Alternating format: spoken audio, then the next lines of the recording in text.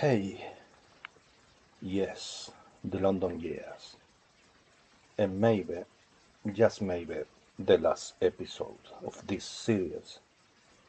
Yeah, not because I don't have more anecdotes, but it's been a while and it's not been so funny, I got better memories of my first few years than the last ones. Even if I had a better job, even if I was actually making more money, but yeah, I'm gonna talk about that in this video. So, was 2015, and as I say in previous videos, so I changed for a bookies job, yeah, betting companies. Money was okay, was nothing out of this world, was just the cashier wages was just a bit above minimum wages, and then the assistant manager and manager just a tiny bit more, like, yeah. But anyway, I had enough to pay my rent and to travel.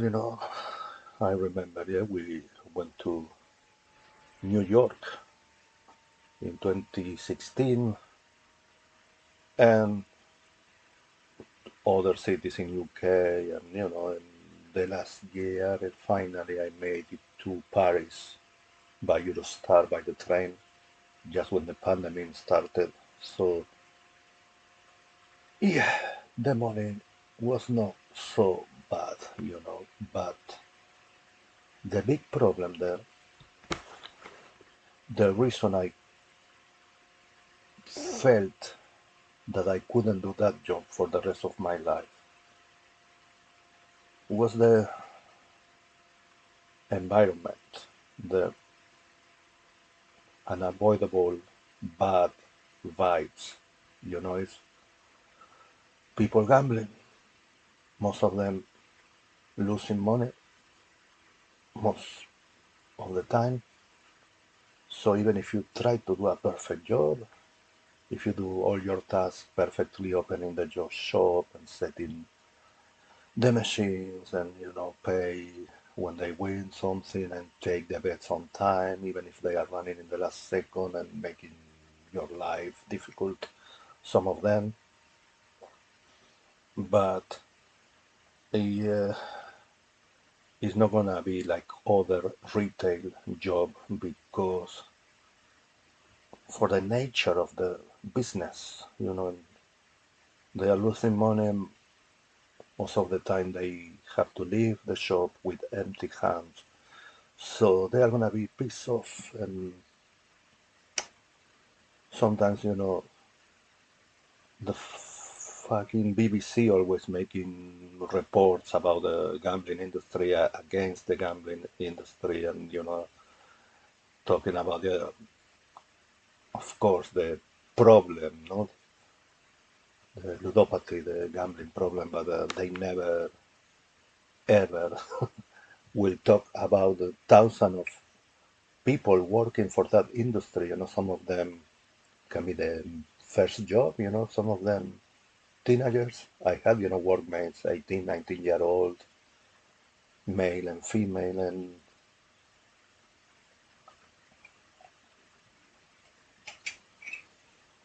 obviously they are not ready for what they see there in their first day at work. Nothing can prepare them for that.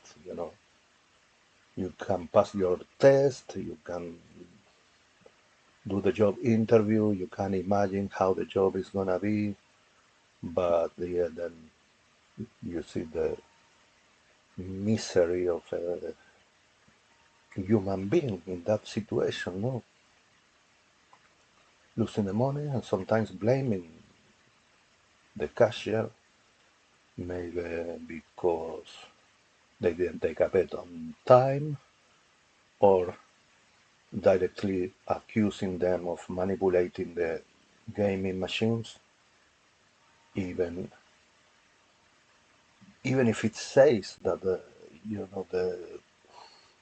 machine outcomes are randomly generated, but they don't give a shit. They think you are behind the desk pushing a button to making them lose.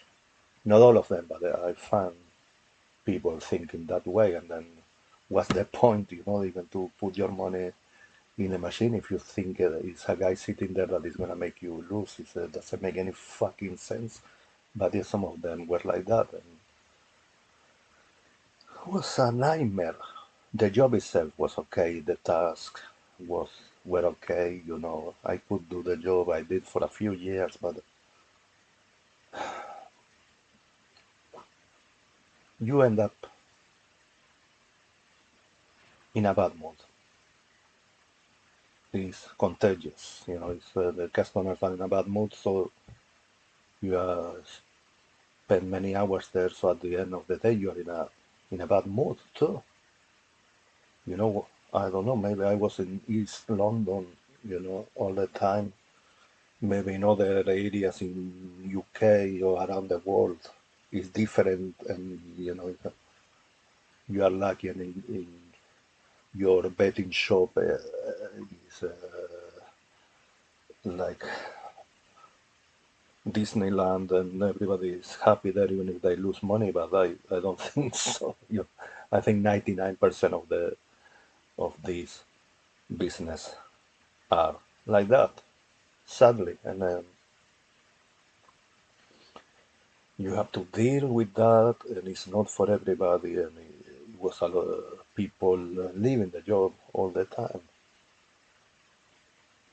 They tried, and it wasn't what they expected, and when they had the opportunity to leave, they did. But well, nowadays I think these shops are. I'm not gonna say no longer necessary, but you can do everything here now. Horse racing and football betting and roulette and any kind of gambling thing without going to a physical place. So at least if you want to socialize, and some people genuinely like to talk about, I don't know, horse racing before the betting for the horse. Some people understand about the subject, and yeah, I'm not saying that everybody are fucking aggressive people. Some of them were even okay, but the people in bad mood always make a lot more noise than the nice customers. So that's the atmosphere in the shop. And yeah, man, I did what I could. I had to deal with very aggressive people. Some of them even saying that they were gonna wait for me when I finish my shift. It was unbelievable. Uh, but yeah, don't want to say too much about it. But yes, I had to leave UK for different reasons. No, I explained before. I think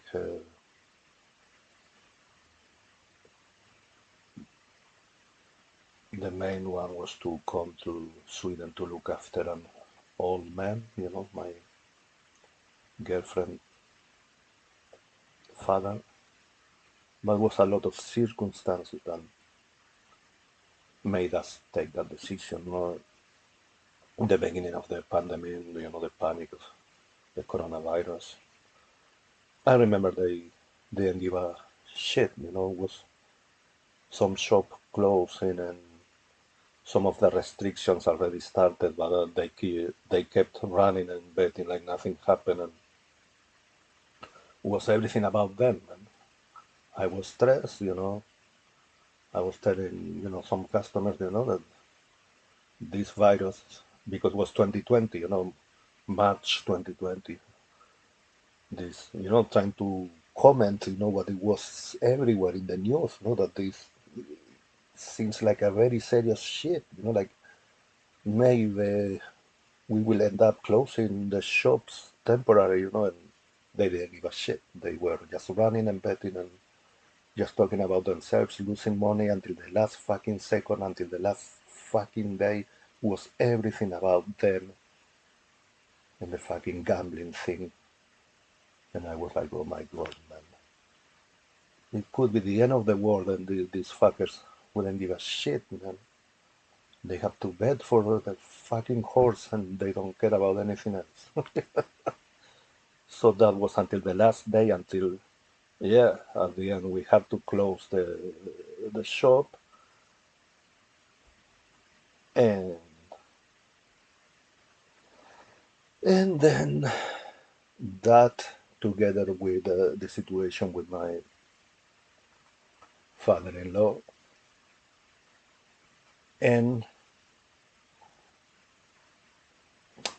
together with my lack of job satisfaction, all together made me take the decision of not just leaving the job, leaving the country. And yeah, that's why these London years series are from 2005 to 2020. Then after 15 years, finally I left UK. Oh, and it was also the Brexit situation too, that everything changed, Yeah, on top of that too. So, yeah, man, it was good fun. Sometimes I miss it. Sometimes I used to complain a lot, about the stressful days and the difficult situations. But yes, sometimes I missed East London. I missed having my pint in the fucking Weatherspoon and even playing roulette myself. Yeah, I end up doing that myself. I was then allowed to do in my company, but I could go as a customer to the other companies, and yeah. Then I realized you can win one day, but at the end you will always be a bit behind, and it doesn't make sense. So you can bet for fun, but not expecting that to be, like regular income, because it's not gonna happen. Okay, guys, so that's the end of this series. I'm gonna keep recording more videos, trying to do different playlists, talking about different subjects, but yeah, this one is over. Be good, and hope you have a great, great, great 2026. Bye.